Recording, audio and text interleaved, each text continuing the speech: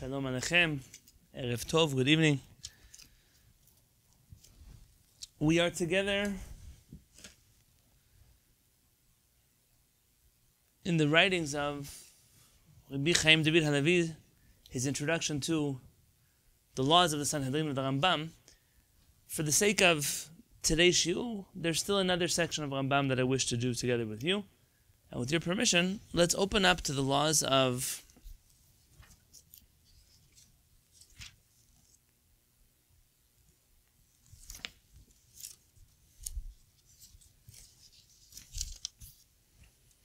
Gizela ve'aveda, the laws of theft and lost property, exactly where we ended off last week.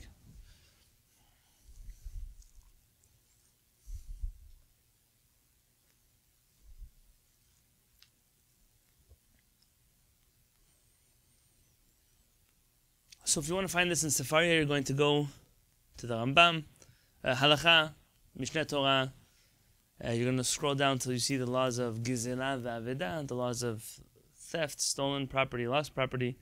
And then you will look for chapter 5. We're in Halacha Yudbet, Halacha 12. And really we read Halacha 12, but I want to review for us so that we can properly understand everything that we want to talk about today. I want to apologize. I know that I said last week that as soon as I came home, I would send you some assignments. For whatever reason, the assignments all posted today to the Google Classroom instead of then to the Google Classroom. So I'm assuming you didn't have a chance to do the assignments unless you have Ruach HaKodesh and you would know how to do them on your own. But for right now, let's do them together. And whatever is left over for next week, we'll do together next week. So last week we spoke about David HaMelech confiscating property that belonged to somebody else. For which reason did David HaMelech confiscate that property?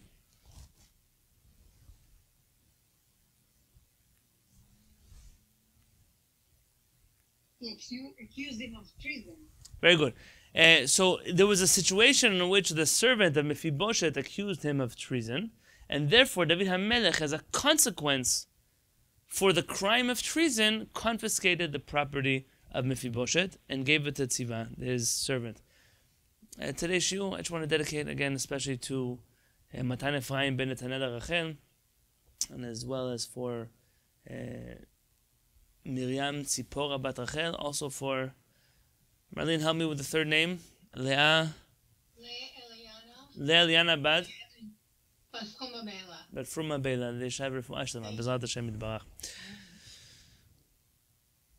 When we talk about confiscating property, the king has the right to confiscate someone's property. In the case of David HaMelech, he confiscated property perhaps on incorrect reports, meaning you see that the Chachamim were a little bit critical of him, and they felt that he should have investigated properly into whether the claims about Mephibosheth were true or not. That aside, does the government have the right to confiscate a citizen's property if that citizen commits a crime? Yes, but it happens all the time. I'm sure you're familiar with recent politics, whether in recent months or in recent years, of the government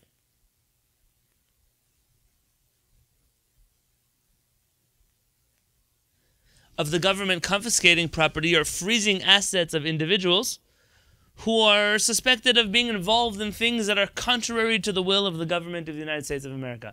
It doesn't necessarily have to be an accusation of treason. It could be something that the government considers, and I'm not an expert in American law nor the rules in which the government has the right or does not have the right to seize or freeze a person's assets, but you find that this is something that is exercised by governments, just governments, throughout history, and therefore this is also within the jurisdiction of the king to seize someone's assets or property, take it away from them and give them to somebody else. If somebody buys assets that were taken away by the government and sold, and they were taken away properly, meaning according to the law of the government, is the person who bought the property a criminal? So no. No, the answer is no. The assumption, you're right, no. So long as the first step was done properly, the second step is okay. This is similar to the laws of thieves and robbers that we discussed, in which if you can already assume that the things that you are buying are stolen property, then you're not allowed to buy them, even though you're not the one who stole them. But there are numerous prohibitions involved in purchasing property which is stolen. So let's read again the Rambam's words, and we'll take it from there.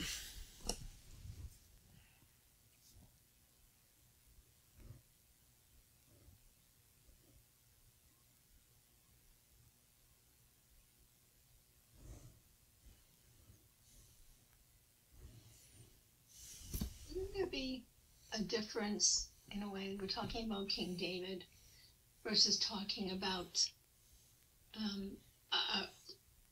a government today where that kind of behavior could really be suppressing free speech? Anybody whose opinion is not in concert with what the government says. But maybe that's a different context from what we're reading about with Dat U'Medinah. Oh, so there's a few moving pieces there that I'm not going to address all of them now, but they're all good points. The first is, do the laws of kings apply to other governments that are not kings? Do they apply to kings or governments that, though they may be legitimate, may be engaged in tyranny? And lastly, is there really a right to free speech in Judaism, and is that a value that we believe in the sense of, can we really force a government to allow people the freedom of speech? Those are all really great conversations. Let's just say that for the sake of today's conversation, at least the point of kingdom, government, I'm using those phrases interchangeably. We can discuss later what exactly makes a government have the status of being legitimate enough to have the power of a king. We'll talk about, but the king himself is not the make or break here. It's the fact that there is the ability for a civil legal system to implement penalties, impose fines, kill people. That's not within the boundaries of the Torah. The Torah does not demand those things, yet a government that is authorized by the Torah to do so can do so. That's the purpose of everything that we're reading together now. Can people abuse power? We're actually going to talk about it very soon. So give me a moment, and we'll get there. V'chen melech, and therefore a king, Rambam Halacha 12, שהשים מס על בני העיר, או על כל איש ואיש דבר קצוב משנה לשנה, או על כל שדה ושדה דבר קצוב, a king who puts a set tax on every person, every city, every citizen, every field, every property, או שגזר שכל מי שיעבור על דבר זה ילקחו כל נכסיו לבית המלך, or he makes a rule that somebody who commits certain crimes against the king will have his property confiscated. או כל מי שימצא בשדה בשעת הגורן הוא ייתן המס שעליה בין שהיה הוא בעל השדה משום בעל השדה. Okay, this already we spoke on last week. וכל כיוצא בדברים אלו, any one of these situations, אינו גוזל is not considered stealing. וישראל שגבה אותן למלך אינו בחזקת גזלן. And a Jew who is involved in levying this tax and taking these taxes, collecting them on behalf of the government, is not considered someone who's stealing. והרי הוא כשר, and he is a כשר person. והוא שלא יוסיף ולא ישנה כלום ולא ייקח לעצמו כלום. And that's on the assumption that this person who's the tax collector does not add, does not take away, does not take to his own pocket, and so on and so forth. But there are halachot about this. Even those people who collect tzedakah, it's very, very important that they don't take tzedakah and place it in their pocket. That act shows people that there's a lack of discernment between public money and private money. If I could speak to this for Jewish organizations around the world, there are major issues when it comes to the oversight of finances, of what is private money and what is public money, and you can't just take an envelope and drop it in your pocket and do whatever you want. I know that sounds like it should be obvious to everybody, but for those of you who've been around long enough, I'm sure you know that it's not obvious to everybody. V'chen melech, and similarly a king, sheka'as al echad me'avadav v'shamashav, who was angry at one of his servants or citizens, mibnei hamedina v'lakach sadehu o chatzero, and he seizes his field or his courtyard, eino gazel, is not stealing, umutar lehanot ba, and you're allowed to derive benefit from it, ve'lokach ota min hamelech harei hi shelo, and someone who acquires this property from the king, it belongs to him, ve'en habe'alim motzi'in ota miyado, and the original owners cannot claim against the second owner in court that they want their property back. Shezeh din hamelachin kulan. This is the law of all the kings. Likach kol mamon shamashehen כשכועסין עליהן, to take away all the money of their subjects when they're angry at them. והרי המלך הפקיע שעבודן, ונעשת חצר זו שדה זו כהפקר, וכל הקונה אותה מן המלך זכה בה. And anyone who acquires this property from the king owns the property, and therefore he can properly sell it to somebody else. אבל מלך שלקח חצר או שדה שלאחד מבני המדינה דרך חמאס, but if there is a king who in a tyrannical way took the property of somebody else, שלא כדינין שחקק, not according to legislation that was legislated, הרי זה גזען, this person is stealing. והלוקח ממנו, and somebody who acquires property from such a king, מוציאין הבעלים מידו, if they come to Bedin and claim they want their property back, people can sue back for their property. Did I tell you last time the story about Rabbi Yitzchak Abarbanel and the king of Spain? Have you heard the story before?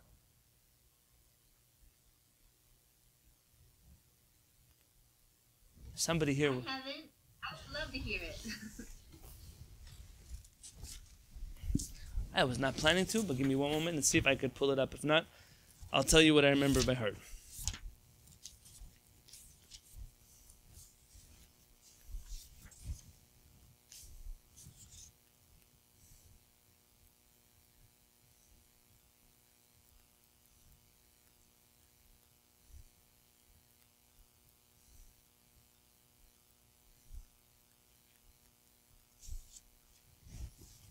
I think I found it.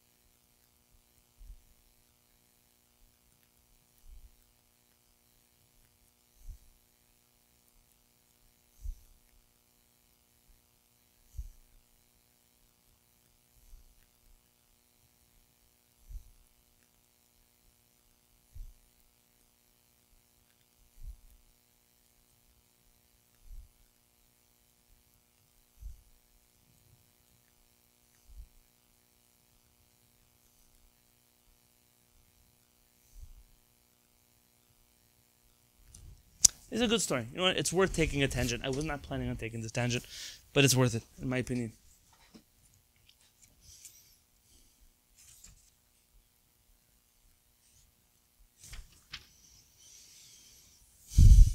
I'm reading you from the writings of Chacham Ovadia Yosef in his book Anaf Etz Avot. It's a commentary on Pirkei Avot. It's a commentary that was written, obviously a beautiful commentary, but it was written based on dirashot, on sermons that Chacham Ovadia Yosef taught to regular people and some of his more lay classes, if you're familiar with the style of Chacham Ovadia Yosef.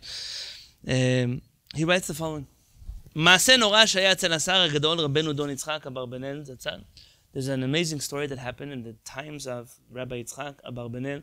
I'm sure you know that Abarbanel is a mispronunciation of his name. His name should be Abravnel or Abarvanel, but today already they say Abarbanel. I'm going to say what they say his name is. Asher haya sar haotzar shel melech Safarad. He was the treasurer of the king of Spain. Velo zaz.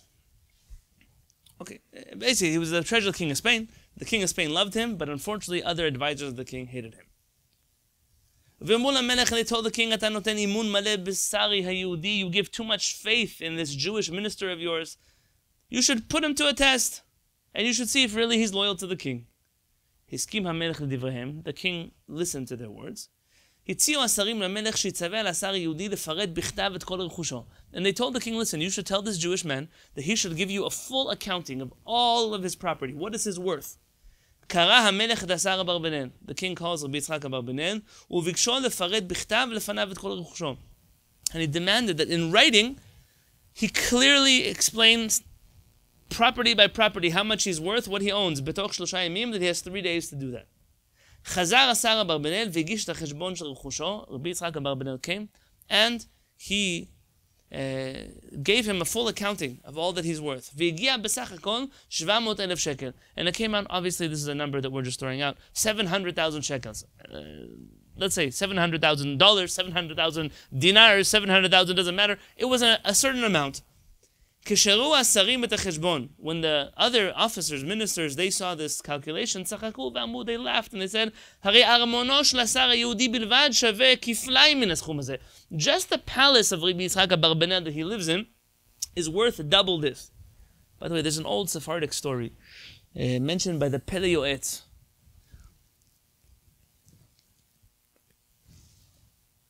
I'm sure you know that the gold robes that the Jews in Yerushalayim wear originally is Sephardic clothing. You'll see many Turkish Chachamim, Iraqi Chachamim wearing this clothing. And when the Hasidim came to Israel, Ashkenazim in general came to Israel, they adopted this mode of dress, it seems like to avoid persecution from the local Arab community who didn't consider the Ashkenazi Jews Jewish. And then by the time the founding of the State of Israel came about and the Sephardim were studying in Ashkenazi yeshivot, the Sephardim put on Polish clothing and the Ashkenazim were left with the Sephardic clothing. And so you have, I was once walking with Harav Peretz and he stopped one of these Hasidim with the gold robe and he said, look what an upside down, Olam Hafuch anyway, it's an upside down world. You're wearing my grandfather's clothing and I'm wearing your grandfather's clothing. That's part of the way the world works.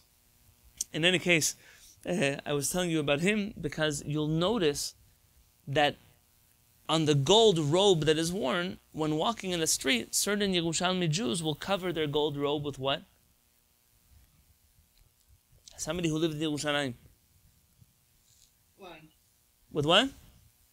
Brown. A brown. But what kind of brown? I don't remember, but brown I remember. If you had to go to the store and choose the ugliest fabric brown you could possibly imagine, like if you're wearing gold and it's gorgeous, you're choosing mamash the most hideous version of brown you could find in the fabric aisle of the store. Chavre, don't be scared. I'm not telling you brown is ugly. Yeah, look at me. I'm telling you that this color of brown that they use is ugly. Why do they do it? Because chas v'shalom, you should walk around the streets poking out the eyes of the non-Jewish Arabs. This was a consciousness of the Jew in Galut. I can't walk around with gold clothing. Look at they're poor. They're going to look at me on Shabbat, all dressed up so nicely. So I want to cover it up. This was a very classic thing. You'll find that Ben Ish Chai, for example, in Baghdad, he mentions that though the Kabbalists were particular to wear their talit from their home to the Beit HaKnesset, that because the talitot were nice and they were maybe afraid of anti-Semites or whatever wearing their talitot in the streets, they would wear a special kind of talit that was very thin, made out of a cheap material under their clothing. And when they would get to the Beit HaKnesset, they would switch into something nicer. This is a very common mentality of Jews that lived in among anti-Semitic populations. Baruch Hashem that you and I, for the most part, don't have to worry about this yet, right now, for the time being. But they say, the Pele Yoetz writes that the name Abarbanel, Abravnel, it comes from the word bravo. Likely, my friends, this is not an accurate story, but the message behind it is true. And that is that the Sephardim had this in their mind, a memory that the wife of Rabbi Yitzchak Abarbanel, who I'm assuming was a great tzaddiket, and they're just pinning it on Jewish royalty of the time, they would walk in the streets wearing gold and silver and diamonds, and the non-Jewish citizens of the city were very jealous, and they would say, bravo, bravo, bravo. And ultimately, the Pele Yoetz blames the expulsion from Spain on the Jews who were showing off too much in the eyes of the non-Jews. I'm just telling you that story as a musar, that forget Jews and non-Jews, that the way that you dress, the way that you appear to other people, the way that you present your assets and your finances and your wealth, all of that is directly connected to the levels of jealousy that a person welcomes into their life. And in my education, my rabbis and teachers were very conscious of the fact that yes, there is a prohibition of being jealous and wanting from other people. There's also a prohibition of not causing other people to be jealous or want things from us. But that's beyond the scope of today's shiur. You come to Musar shiur, we'll learn together that. So the palace that Rabbi Yitzchak Abarbanel lived in was so glorious that just the value of his real estate is worth double the accounting that he gave you. And if you count all of his orchards and gardens and everything else, it's a tremendous amount. והביאו שמאי להעריך את נכסי שר האוצר, והוא אישר שהחשבון שהגיש שר האוצר לא הגיע למחצה, לשליש ולרביע מנכסיו, ויקצוף המלך מאוד, וחמתו בערה בו. And he saw, they brought a private evaluator who evaluated the worth of the Abarbanel, and it turns out that his accounting was not a half, not even a third, not even a quarter. It was a fraction of what he's actually worth. And he uses this pasuk, "Vayiktzov hamelech meod v'chamato ba'ara bo." Where's that pasuk from? Megillat Esther. You should know that it's very important to know Pesukim, because you are able, the Shabbat, you're able to incorporate Pesukim into your Hebrew writing style. Here, what we have is the Rabbi Yitzchak Abarbanel is seemingly lying to the king of Spain about how much he's worth. Now, there's a whole section here in the middle of the story where Rabbi Yitzchak Abarbanel goes out to travel, and the king has a whole plot to kill him, and instead of being killed, Rabbi Yitzchak Abarbanel takes a mitzvah, and he runs to go do a brit milah for a certain Jewish family that needed a brit milah, and he was saved from the fiery furnace the king had planned for him. This is beyond the scope of what I wanted to mention today, but suffice it to say, after this miracle that happens to Rabbi Yitzchak Abarbanel, his life is saved. And the king realizes that if God saves the life of his advisor, then maybe he's innocent. And so he asks Rabbi Yitzchak Abarbanel, this is many days later, he says, "Rak nishar li ta'ana alech, I have only one complaint about you, Rabbi Yitzchak Abarbanel. Shigashta li cheshbon al rechushcha, v'achschok v'hitul hu להאמין בחשבון שהגשת. בשעה שבאמת רכושך עולה 10 מונים על אשר יצרת בחשבון שהגשת לפניי." He said, listen, the fact that your life was saved, I didn't kill you, I don't regret it. But one thing that is burning up inside of me, how could it be that you, my trusted advisor, have lied to me? How could it be? I know that you're worth 10 times more of that which you put in your report to me. Vayanehu Rabbi Yitzchak. And Rabbi Yitzchak Abarbanel answers him the following. Adoni HaMelech, my master, the king. Omnam yesh birshuti, in my possession, Hon Rav, Kahena v'Chahena. I have a lot of possessions. I own many things. Ach eneni ro'eh shehu sheli. But really, if I were to evaluate what belongs to me, my property doesn't actually belong to me. Ki bifkudat hamelech, because at the moment that the king decides, yuchal lachrim hakol otzaro, you are able to freeze my assets or confiscate my assets and my property and take them all for yourself. Umi omar lo ma ta'aseh, and who am I going to be able to go to get my money back from you, the king? When I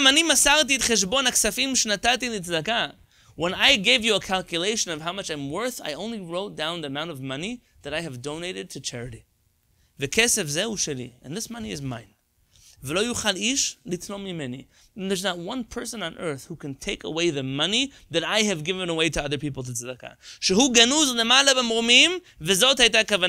Because that money is already stored for me in heaven, and nobody can touch that money. הודה המלך ואמר, אכן צדקת, ובדין הוא שניצלת ממוות בטוח, ושונאך נפלו תחתיך. And he tells him, you're right, that's the most honest answer, full of integrity I've ever heard, and may all of your enemies fall before you. What is Rabbi Yitzchak Abarbanel saying? A person who lives under the authority of a government does not actually own anything. You think you own things. You think you own houses. You think the money in your bank account is yours. You think the car sitting in the driveway is yours. You think everything in your life is yours, but you actually own nothing.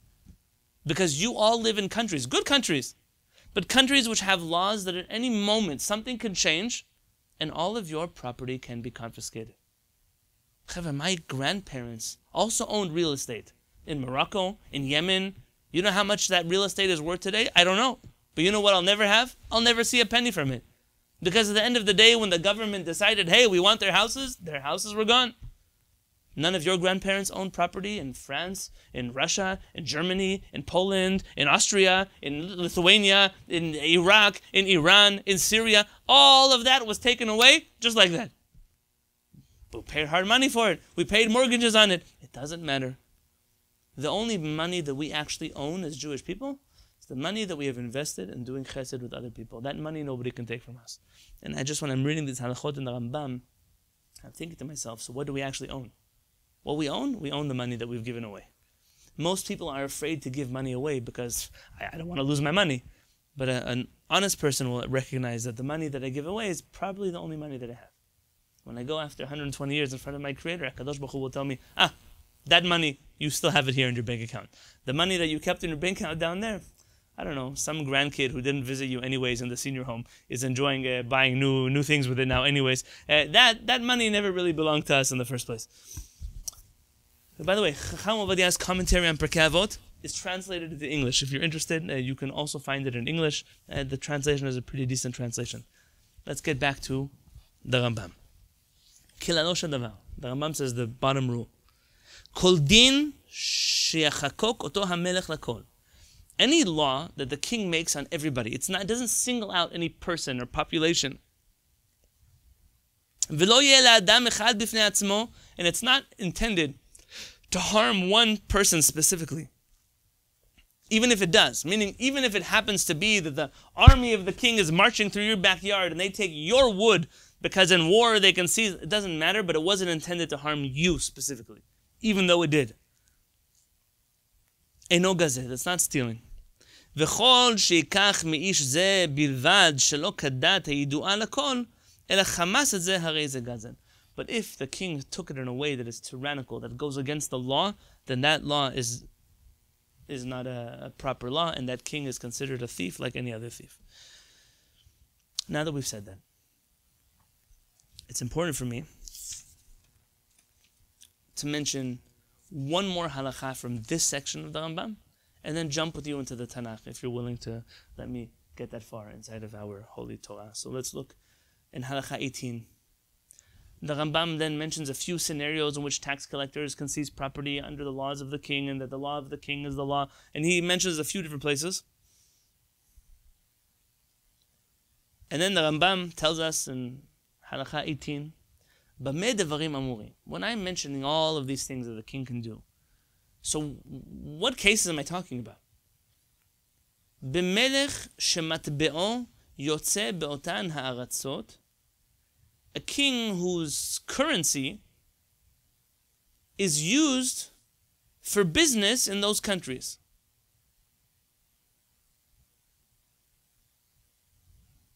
What does that mean? Currency is used in the countries. Help me out here. Every government, every ruler back in the day would stamp their own coins with their own image or insignia. And that's what was circulated and used under their rule, as a kind of a symbol of their power. Wait, so explain. So if the king's currency is not accepted as currency, what does it mean about the king? It means that the people don't really see him as the ruling authority in the land. This is very important. Even in the oldest of monarchies and tyrannical rexes of the world, at the end of the day, there has to be some kind, it could be against their will, but there has to be some kind of recognition by the people that this king actually has authority over us. And the most practical way to discern whether this king is a king or this king is just a highway robber, how is his currency respected in the place where it's issued? And if the currency is respected and people do business with it, then it shows some kind of understanding that this person does have authority over us. And that's a deciding factor in determining whether this person is a tyrant who's stealing people's property, or it's a king. I'm not telling you the king is nice, but the king who has a legal right to other people's property. שהרי הסכימו עליו בני אותה הארץ, ושמחה דעתן שהוא אדוניהם והם לא עבדים. Because that shows some type of consent, that they consent to be his citizens and he is their ruler. אבל אם אין מטבעו יוצא, but if his currency is not accepted, הרי הוא כגזלן, בעל זרוע, he's like a robber who's a violent person, וכמו חבורת ליסטים המזוינים, and he's like a gang of highway robbers that are armed, שאין דיניהן דין, and their law doesn't count as law, וכן מלך זה וכל עבדיו, and this king and all of his servants, כגזלן לכל דבר, is considered a robber like any other robber in the world. By the way, it's very important if you wanted to look at the Mishnah Sotah, chapter 7, you're going to find there, especially in the commentary of Rabbeinu Rambam, about Agrippas the king and the validity of his rule, and how Chachamim seem to have paid some kind of price for what our Chachamim say they hichnifu, they showed I don't want to say favoritism, they flattered, they legitimized in some way the rule of Agrippas the king when he should not have been legitimized, because according to them and according to the law he wasn't fitting to be the king of Israel. We'll talk about that when we get there, if we get there, B'ezrat Hashem. But for right now, I just want to make it clear, and Marlene, this might come to answer the question that you brought up before, which is a government when it's recognized by the people as their government. I could tell you, so there are countries in the world which they present as countries, but they're not actually countries. A great example of that, I mentioned to you Yemen. So my grandparents came from Yemen on my father's side. Yemen is a country, but it's not actually a country. I'm sure you've been in the recent news, you've been hearing about the Houthis and all the different people in Yemen, this tribe and those tribes. And Yemen is a collection of tribes. Some tribes are more illiterate than the next. Poverty, the humanitarian crisis in Yemen right now. If you wish to know where there's a humanitarian crisis where you should be dropping airplanes full of food and water for people, mamash in Yemen, it's been going on for years and years. The people there, you see pictures of the children in Yemen today. I'm talking about today. And some of the Holocaust survivors in concentration camps, you remember you'd see their bones sticking through their skin? Some of them look healthier than the children that you see now in Yemen. And for the world, by the way, to not care at all about those people and to care only about other people is a tzviut, it's a hypocrisy, but we're used to hypocrisy. But just so you know, a hypocrisy that, and so who was the king of Yemen or the ruler of Yemen? Was the king who was able to get the most tribes to somehow agree that he should be the mediator between all of them, or the agreed upon thug. From all the thugs, there's one thug who's stronger than the rest of them. And this is why you use things like currency to determine who's the head honcho, because I need to figure out who's really the king. That being said, let's look at a few halachot. But maybe before that, we will read together a little bit of Tanakh.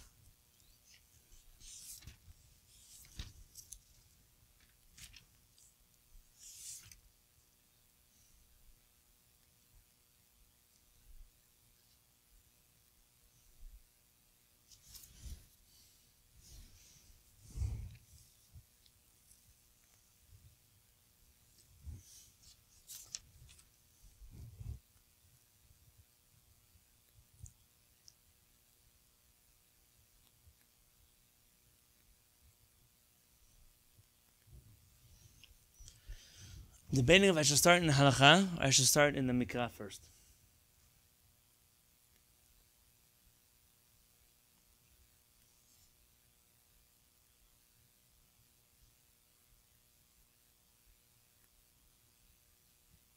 Okay, let's start in the Nevi'im. I like the Nevi'im. It's a good place to start. It came before the halakha. If you open up a Tanakh to the book of Melachim 1. You know there's only one book of Melachim, but the Christians cut it up into two, so now we have two also. Melachim 1, chapter 21. And there should be a link that was posted to the Google Classroom as an assignment, and you're welcome to click on that Melachim 1, chapter 21 as well.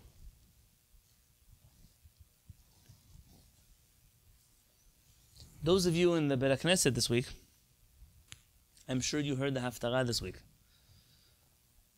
It's interesting to me, you know, some people, they focus a lot on the parasha, which is very important. It's the main part of the reading of the Shabbat, but almost never really stick to the understanding of what's going on in the Haftarah of the week. This week I'm a little jealous of the Ashkenazim, because the Ashkenazim read a longer Haftarah than us. The Ashkenazim read the whole first half of the story. Sfaradim kind of stick around for the second half of the story. I always tell the people in the Kehillat that while we're reading the Haftarah out loud, they should also read both the Ashkenazi half and the Sephardic half from the same Nevi'im. So they can't be an Ashkenazi or a Sephardic half, but they should read both to get the whole picture of everything that is going on in the Haftarah. After one of my Mishpat Tzedek classes a few weeks ago, someone here reached out and said, you know, I really think that you should go to Israel and speak in Israel about politics and tell the government. And then my wife brought it up, you know, maybe you have a calling in the world, you should teach Mishpat Tzedek and then go into government work. And aside from, I don't want the curse, chaz v'shalom, of ever being involved in anything in the government. I told my wife at least, I said, Rabbanit, you have to listen to me. You have to read a little bit about Eliyahu HaNavi. You see, Eliyahu HaNavi, aside from the fact that God speaks to him, which never happened to me in my life, Eliyahu HaNavi has, I cannot say it inside of a Beit Midrash, but he has guts. That's a word I'm going to use, yes? Eliyahu HaNavi is not afraid of anybody. The personality of Eliyahu HaNavi is so strong, it leads Chachamim to try to even make a connection between Eliyahu HaNavi and Pinchas. Pinchas is Eliyahu. In my understanding, Eliyahu and Pinchas are two completely separate people. But the meaning of our Chachamim is that there's a certain level of zealousness that exists in these people that is so strong. Please, nobody here named Eliyahu should be offended for what I'm about to say. When the Rabbanit and I wanted to name one of our sons Eliyahu, Harav Peretz told us we shouldn't name that son Eliyahu, because to be named Eliyahu, you have to be a really big person. It's a really strong name. It's very powerful. And not everybody's cut out to be an Eliyahu HaNavi. Eliyahu Hanavi stands up to King Achav. Can we talk for a moment about King Achav? Someone tell me who Achav is, Izebel, what's going on in the story here? Not particularities, just some general information. Who is King Achav?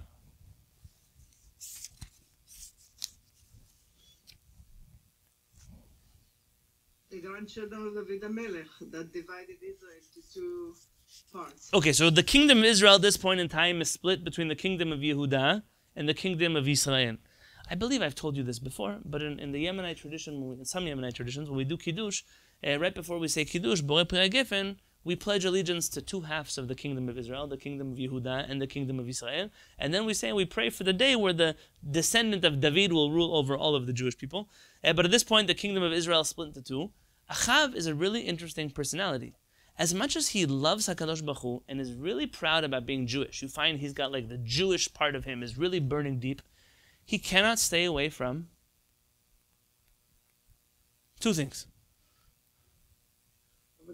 He cannot stay away from Avodah Zarah, and he... Well, it's the first woman, no? Yeah, woman and Avodah Zarah, which is, I was saying in Hebrew, it's a shiluf katlani. Especially women who worship Avodah Zarah. That's a particular, Achav is, you find him, he's connected with Izebel. About Izebel, our Chachamim perhaps alluded to when they said that anyone who's in a relation with someone who she's not Jewish, kshura bo kekelev, she's attached to him in a way that you can't separate. Achav doesn't matter the moments in his life he tries to do teshuvah, cannot do teshuvah. He keeps going back to his wife Izebel. Izebel is not Jewish. Izebel is an idol worshiper. Izebel, likely her name was not Izebel. You find in the Mikra in general, the Shoresh, Zayin, Bet, Lamed, you find it as Zvul most of the time. You might find it in some other forms. But likely the Chachmei Israel instructed us in some way to pronounce her name Izebel, to invoke the word Zevel, trash. Why? Zvul is like Zvul Betifartenu. Yeah. Who would name their kid Izebel? No, as I'm saying, likely that's not her name. And we're giving her a nickname. Like Yeshu is not his name, and we nicknamed him Yeshu to say Yemach Shemo V'Zichro. She was a Syrian. She was Syrian. Tov, I'm telling you about her name, that among scholars of biblical literature, it seems like the name Izebel was stuck on her. Now, it's just a theory. I'm not telling you it's true. Achav and Izebel are responsible for some of the bloodiest episodes in Jewish history. Namely, Izebel was intent on killing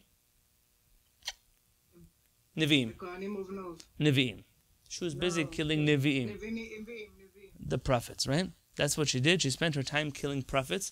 Eliyahu Hanavi, everyone's on the run, running away from Izebel. The crazy Izebel is killing the prophets of HaKadosh Baruch Hu. If you remember in this week's parasha, Haftarah, and this week's Haftarah comes from chapter 18 of the book of Melachim. Eliyahu Hanavi approaches Ovadiah. Ovadiah is an undercover prophet that's working with Achav. And Eliyahu Hanavi demands a meeting with King Achav. And King Achav, you remember, why don't you look back? Go look back in chapter 18. King Achav comes to meet Eliyahu Hanavi. And I read these pesukim at Kehillat Shaar HaShamayim the Shabbat. So for those of you who are in my community, just let me reread a few pesukim for you. Eliyahu Hanavi and Achav meet each other, and listen to the showdown between the two of them. Eliyahu Hanavi is not scared of anyone. Vayomer,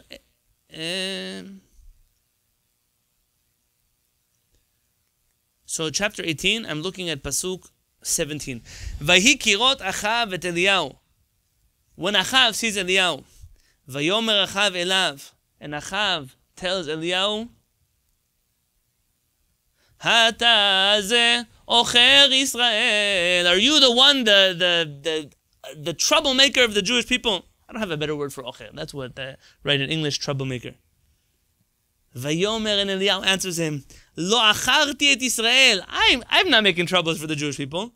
Ki mata uvet avicha. You and your father's home are making trouble for the Jewish people. By the way, in the Middle East culture, it's one thing to put down a person. It's a whole other thing to drag the whole family into it. And Eliyahu Hanavi, it doesn't even show any kind of fear of Achav. He tells him, I'm a troublemaker. You're the troublemaker. You and your father are the troublemaker.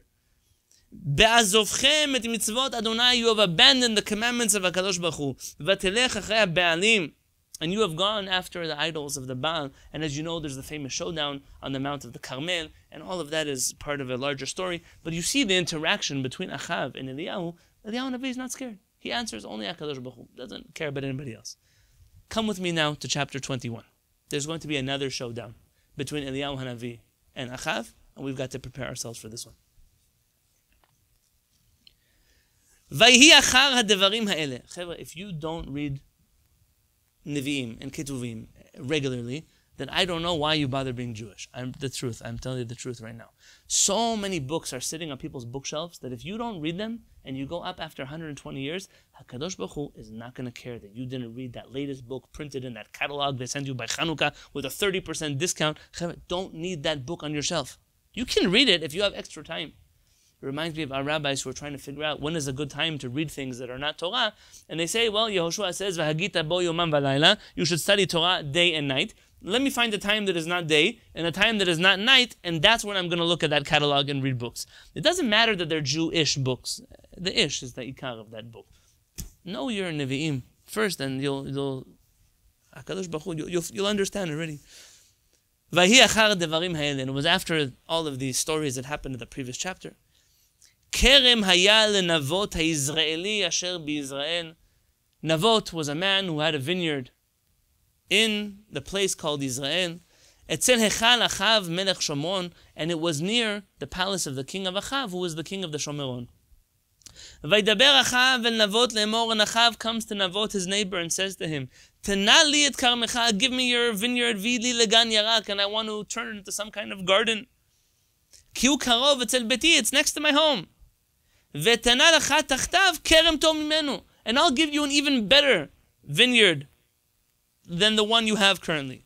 Im tov beinecha etana lecha chesef mechir zeh, and if you want, I'm even going to pay you the full price of it. Sounds like a reasonable offer. Achav wants to buy out his next door neighbor. And not only buy him out, he's willing to get him a field that's better somewhere else, a vineyard somewhere else. Vayomer Navot and Achav, and Navot tells Achav, Chalila li me'Adonai, mititi et nachalat avotai lach. God forbid that I should give you that which my forefathers inherited to me. Navot seemingly has some kind of sentimental attachment to this property. He doesn't want to give it away. My dad was here, my grandfather was here. I'm not giving it to you. But if you want to read really beautiful commentaries on the Nevi'im, on this particular chapter, between Rabbi Yitzchak Abarbanel, who we just mentioned, and the Radak, Rabbi David Kimche, you can see some very special ideas that develop in the story. Vayavo Achav el beto sar v'zaef al hadavar asher diber elav Navot ha'Yisraeli. Achav comes home angry. He loses his spirit. He comes home upset because of what Navot told him. Vayomer lo eten lecha et nachalat avotai. He told him he's not going to give him the inheritance of his fathers. Vayishkav al mitato. And he's so sick, Achav, from the story, he goes straight to bed. Vayasev et panav velo achal lachem. And he turns his face to the wall, and he's not eating any bread. Vatavo elav Izevel ishto. And Izevel, his wife, comes to him, v'tedaber elav, and she speaks to him. Ma zeh ruchacha Sarah ve'encha ochel lachem. Why are you so upset? You're not even eating your food. Vaydaber eleha ki adaber el Navot ha'Yisraeli. She tells her the story. I spoke to Navot ha'Yisraeli. V'omar lo tena li et karmecha bechesef. Sell me your vineyard. O im chafetz ata et tena lecha cherem tachtav. Or if you want, I'm willing to give you another vineyard. Vayomer lo eten lecha et karmi. And he told me he's not going to give it to me. Okay. Vatomer lo. Vatomer elav Izevel ishto. Izevel, his wife, tells him the following. Now it's time to show yourself that you're the king of the Jewish people. Get up, eat your bread, your heart will be happy. Don't worry, I'm going to give you the vineyard of Navot the Israeli. And she uses the seal of King Achav, and she writes letters. Vatishlach sefarim lezekenim vel hachorim asher biron. She sends letters to the nobles and the elders of the place where Navot lived. Hayushvim et Navot. Vatichtov b'sefarim le'emon. And she explained to them very carefully her tactic. Kirutzom, call for a fast day. Veheshivu Navot berosh ha'am, and put Navot in the head of all the people. Vehoshivu shanayim anashim b'nei bliyah al negdo. V'iduhu le'emor, and you should bring two bad people with bad reputations, to testify falsely against him. Le'emor, they should say, berachta Elohim v'melech, that you cursed God and the king. Berachta is it's a clean language. It says bless, but really means curse.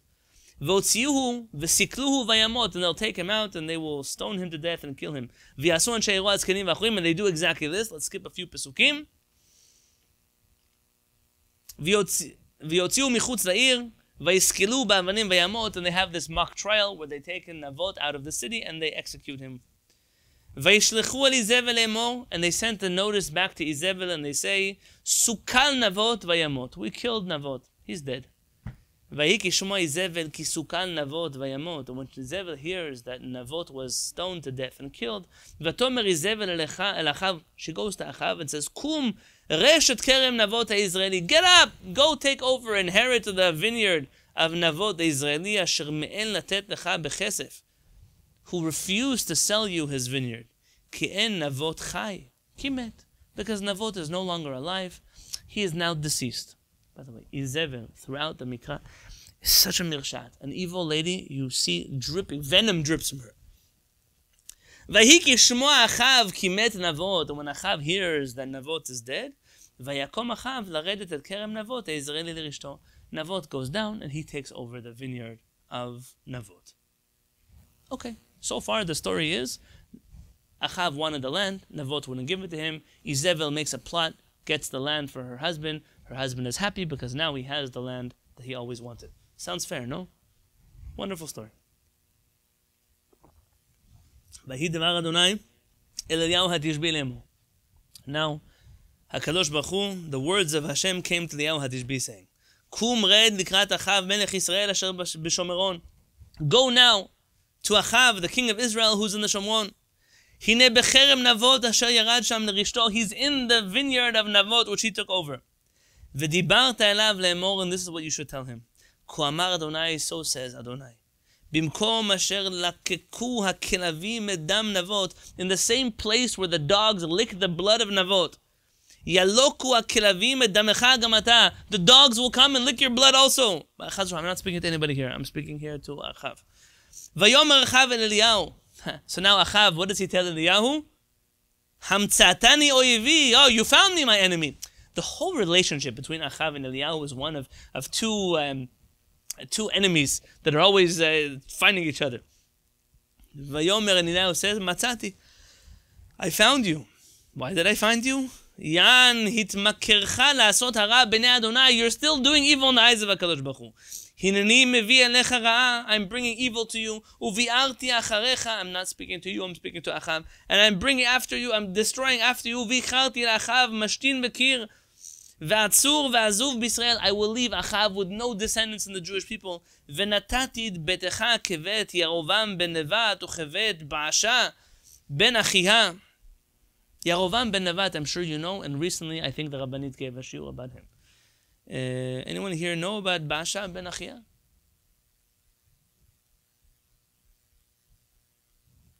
There's a few chapters before here, maybe chapter 16 or 17 of Melachim. Also an evil king who, over there, the Navi tells us, walked also in the wonderful path of the Yerovam. Ela kas asher hichasta v'tachati et Yisrael. HaKadosh Baruch Hu, you've angered him because you've caused the Jewish people to sin. V'gam li'izevel diber Adonai lemor. And also to Izevel, HaKadosh Baruch Hu spoke, saying, Hakelavim yochelu et Izevel bechel Yisrael. The dogs will eat Izevel in the chel of Israel. Chel, there's two interpretations here. It's either the valley of Israel or there's a short wall in Israel. Nonetheless, that's where Izevel is going to die. Hamet la'achav ba'ir yochelu hakelavim v'hamet basada yochelu of HaShamayim. They'll eat the dead bodies. The dogs will eat them, and the birds of the sky will devour what's in the field. Rak lo haya ke'achav. There was no one in the world, ke'achav, like Achav, asher hitmaker la'asot hara be'enei Adonai, who dedicated himself to doing that which is evil in the eyes of HaKadosh Baruch Hu. Asher hesata oto Izevel ishto, which Izevel, his wife, seduced him to do. V'yatev me'od lalechet achei hagilulim, and he was went in terrible ways after the idols, kechol asher asu ha'emori, asher horish Adonai mipenei bnei Israel, and he walked in the footsteps of the evil Emorim, which HaKadosh Baruch Hu already cleared out of the land for the Jewish people.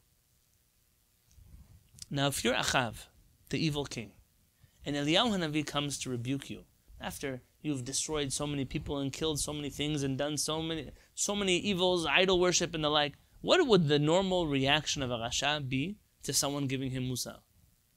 He would do tshuva. That's the normal reaction? Yeah, I mean, he's warning him once and again.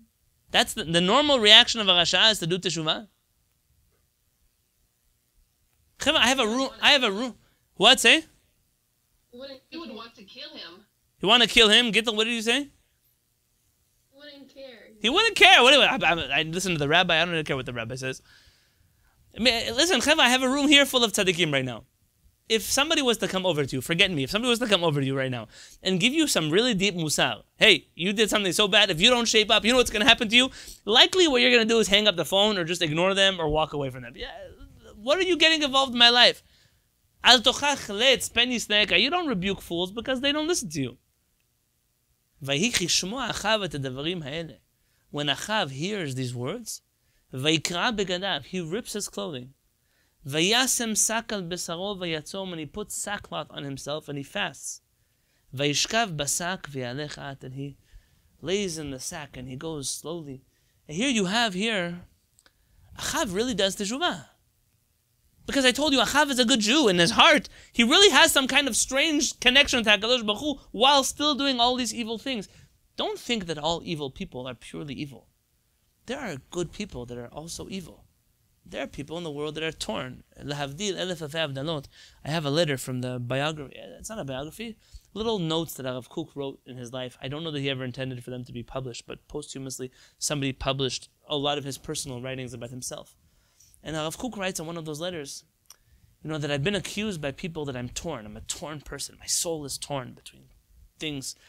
And he said, which kind of soul is not torn? Which kind of person have you ever met that's not torn between things? What makes us good or bad? Rabbeinu Rambam writes in Laws of Teshuvah is how much we're torn to one direction or another. Are we more good than we are bad? Are we more bad than we are good? That's what determines whether we are tzaddikim or rishayim.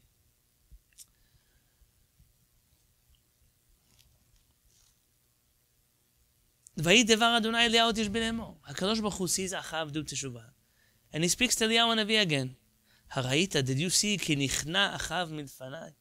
Did you see that Achav submitted himself before me?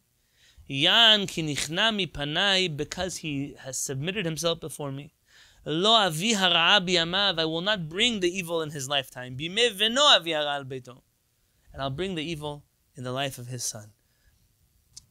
Achav manages to exonerate himself from all that is evil.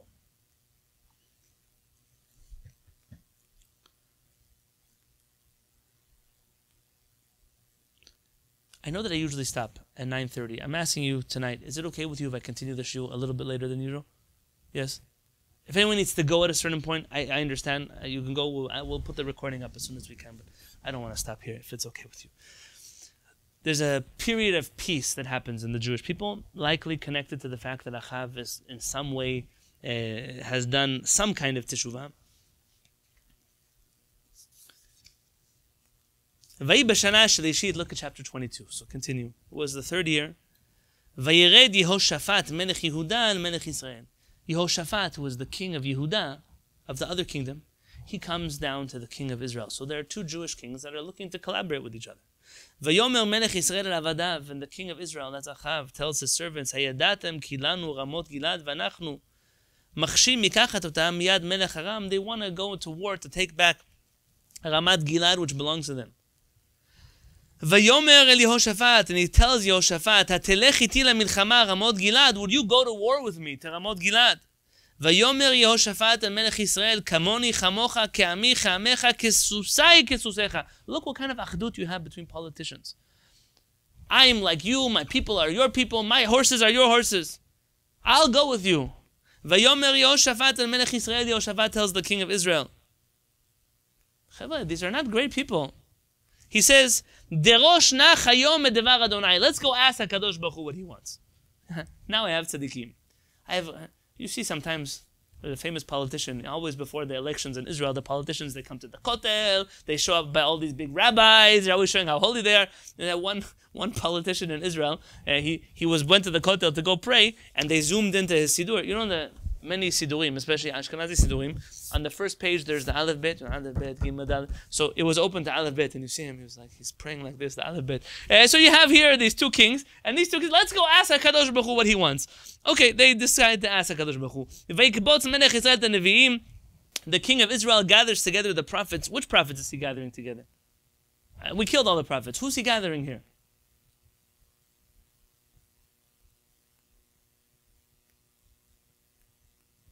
These are false prophets. Yeah, very good. Karbamot ish. He brings about 400 people, false prophets. Vayomer alehem, and he tells them, Hayelech el Ramot Gilad lamilchama im echdal. Should I go to Ramot Gilad? Am I going to win this war? Vayomeru ale v'iten Adonai biyad hamelech. Go, you'll be victorious. HaKadosh Baruch Hu will cause you to succeed. Vayomer Yehoshaphat, ha'en po nevi l'Adonai. Od v'nidrasha me'ito. Do we don't have another prophet here we can ask? You always need a second opinion, you know, it's important. Vayomer melech Yisrael el Yehoshaphat, and the king of Israel tells Yehoshaphat, Od ish echad yidrosh et Adonai me'oto. There is one more prophet of HaKadosh Baruch Hu here, Vani senetiv, but I hate him. Why do I hate him? Ki lo yitnabe alai tov ki imra. He never prophesies good for me. Always he says bad things to me. You know, this is the rabbi who always tells me things I don't like to hear. I don't want to hear from him. His name is Michaihu ben Imla. Vayomer Yehoshaphat al Yomar HaMelech Ken. Don't say that. Vayikra Melech Yisrael el Saris Echad.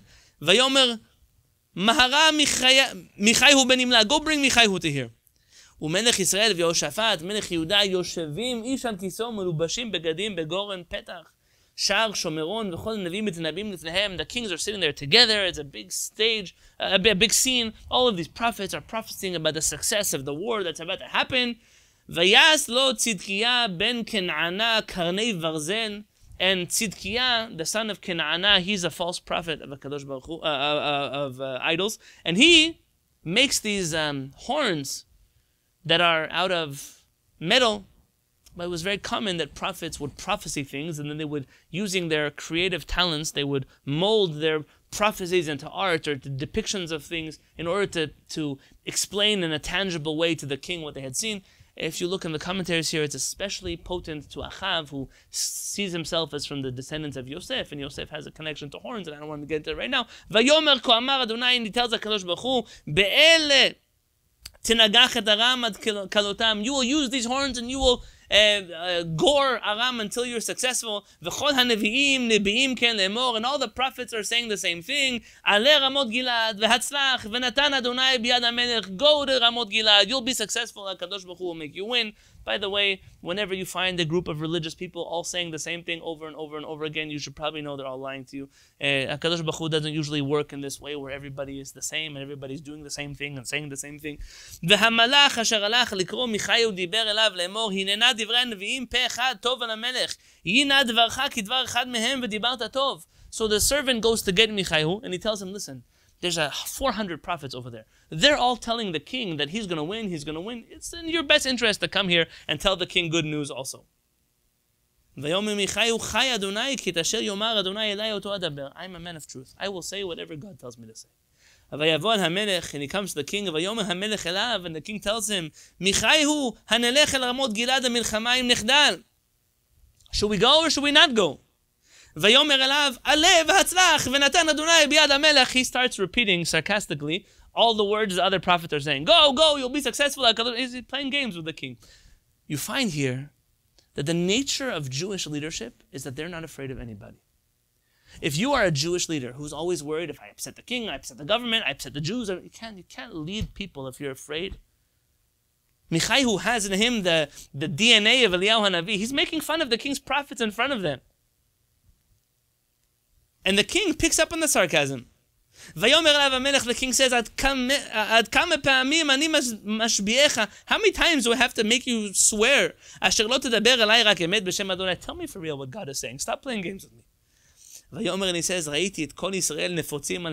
want the truth? Here's what the truth. I saw all of the Jewish people scattered on the mountains.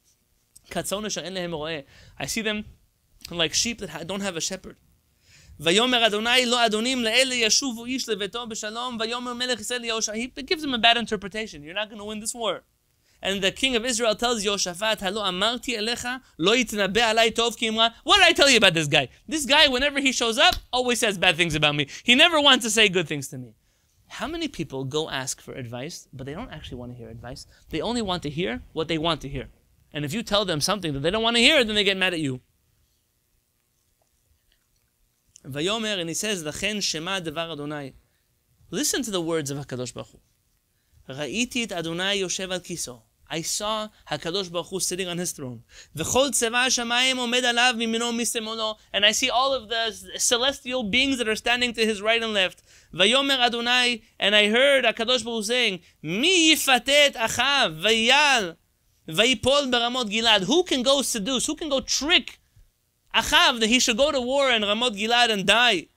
Vayomer ze becho v'ze omer becho. And they were all arguing among themselves. Vayetze haruach. And a spirit came out. A ruach came out. Chachamim tell us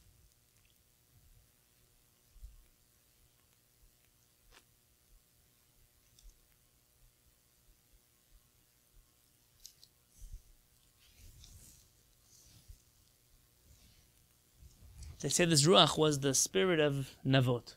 Can I talk to you for 1 minute about ruach? We can take a tangent for a second. What is ruach? You find ruach used in many different contexts throughout Jewish literature. Rabbeinu HaRambam, if you want to read it for yourself, you can look in the Moreh Nevuchim, the first section, chapter 40. Rambam mentions that ruach is a word with multiple uses. For example, ruach could just mean wind, like one of the 4 elements. Ruach can also mean the wind that you feel outside when you walk outside. It says ruach can also be the spirit of a person. Ruach is also that which is what is left in a person. Read the Rambam. Hu gam shem hadavar hanishar min hadam lachar hamavet asher lo yasigeu hakilyon. That this is the part of a person that is left after death that cannot be destroyed. The spirit of a person, literally the spirit of a person.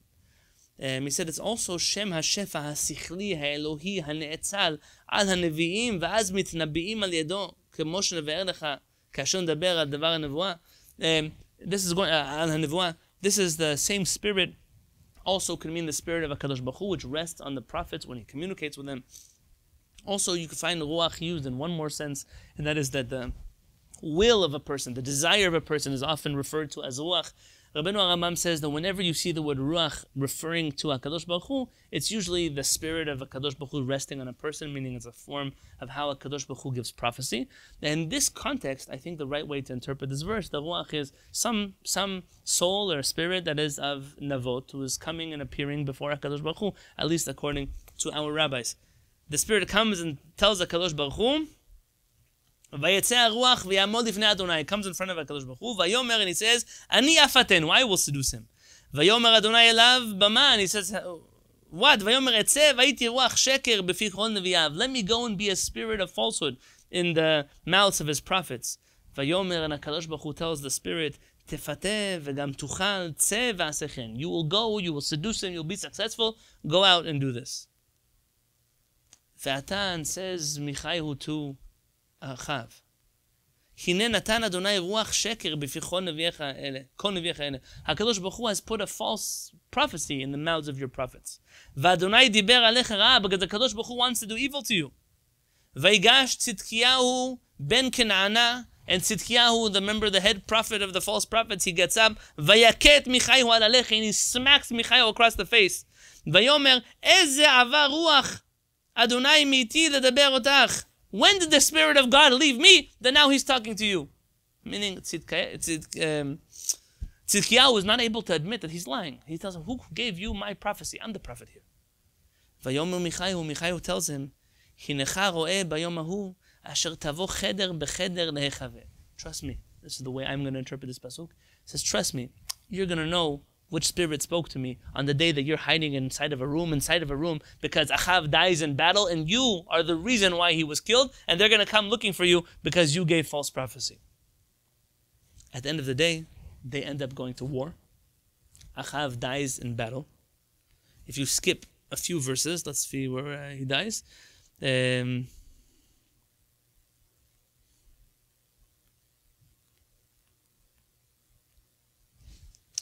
In Pasuk 35, Achav is killed inside of his chariot, and the blood gets all over the chariot. And everyone goes back to their land, all the soldiers. And the king dies, and they bring Achav's body to the Shomron. And they bury the king in Shomron. You don't see dogs, you don't see blood, you don't see anything. And they clean the chariot from the blood of the king in the pools of the Shomron. And the dogs come to lick the blood that is in the water. They're drinking the water that is tinged with the blood of Achav. And the prostitutes are rinsing themselves there in the water. By the way, Rabbeinu Chida has a different understanding of the prostitutes. I'm not even talking about prostitutes, but I'm reading to you according to the Pshat here. And all of this happened in order to fulfill the words of HaKadosh Baruch Hu, who told Eliyahu to tell Achav, one day HaKadosh Baruch Hu will avenge the blood of Navot. Just like you got Navot to be stoned to death, HaKadosh Baruch Hu doesn't forget any injustice that is done against his people. And what's going to happen to him one day is that Achav is going to die, and the dogs will come and lick the blood of Achav. And the Navi tells us that really the rest of the story, they're already written in the books of the kings of Israel, in the history books. And his son, Achaziyahu, becomes the next king of the Jewish people. Tragic ending to a tragic story. There's a whole other story about Izebel and how she dies and what happens to her after she dies. But all of this I'm sharing with you to compare and contrast to that which we studied last week. We studied last week about David HaMelech, and we began the shul again refreshing that. David HaMelech legally seizing the property of a person who he believed had committed treason against the government of Israel. Achav comes from a whole different place. Achav comes from a place where he took away property. Why did he take away something? But he didn't even really take away property. It was Izebel who took away the property. But why did they seize the property of Navot? Why?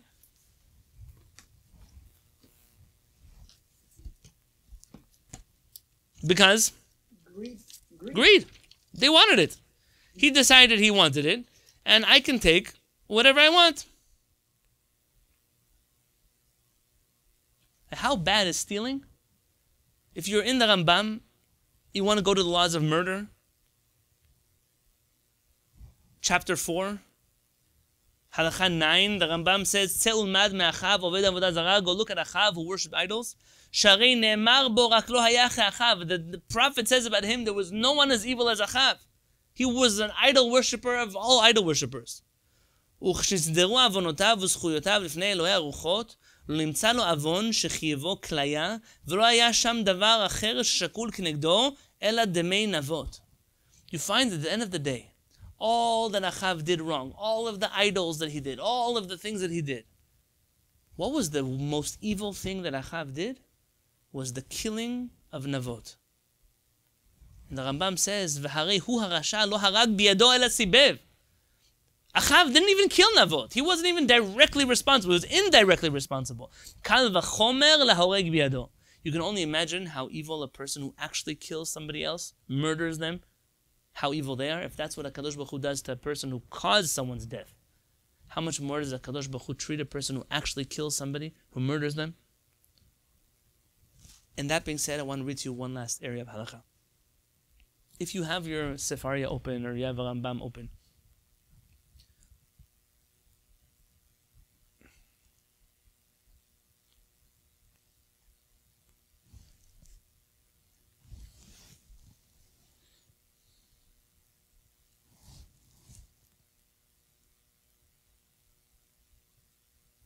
here's what we're going to do. I can't keep you here the whole night. I want to properly look at the next halachot. What I'm going to do is I'm going to pause the shul here. What I want to do next week, I want to read together the Rambam. I'm going to leave you with a question. I want you to bring back an answer to this question. In the Torah, you find that there's two prohibitions.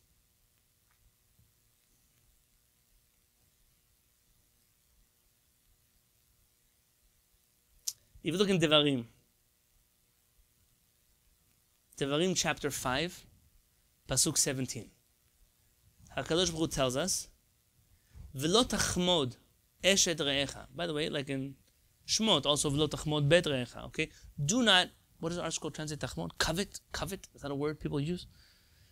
Do not covet the wife of your friend.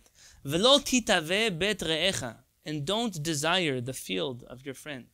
Sadehu, the home of your friend. Sadehu, his field. Ve'avdo, and his servant. Ve'amato, and his maidservant. Shoro v'chamoro, his ox or his donkey. V'chol asher lere'echa, and anything that belongs to your friend. You find here lo tachmod and lo titave. Yes? So there's chimud and there's ta'ava. I'm asking you, please, for next week, to do some research this coming week. If you can find for me, I have an answer, of course, but I want you to look into it. A working legal definition, not something that comes from your heart. Look through Jewish texts. A legal definition of the difference between lo tachmod and lo titave. What is the difference between coveting someone and desiring someone? And B'ezrat Hashem, we're going to start our next shiur next week with that. I'm going to ask really if you can take the time. I posted a section from the Gospel according to the Jews in the Google Classroom. If you're only going to get the homework from the Google Classroom if you are part of the New York Google Classroom. If you are part of another Google Classroom, you're going to get the Zoom links, but you're not actually going to have access to the homework. If you want access to all the assignments and the books that are posted, just send me an email or a text message right after the shiur, even right now if you're waiting. And as soon as I can, I will send you the link to join the Google Classroom proper. And B'ezrat Hashem Yitbarach, I will spend next week's shiur discussing the difference between tachmod, the difference between tava, titave. We're going to talk a little bit about Yeshu and his job as a taxman.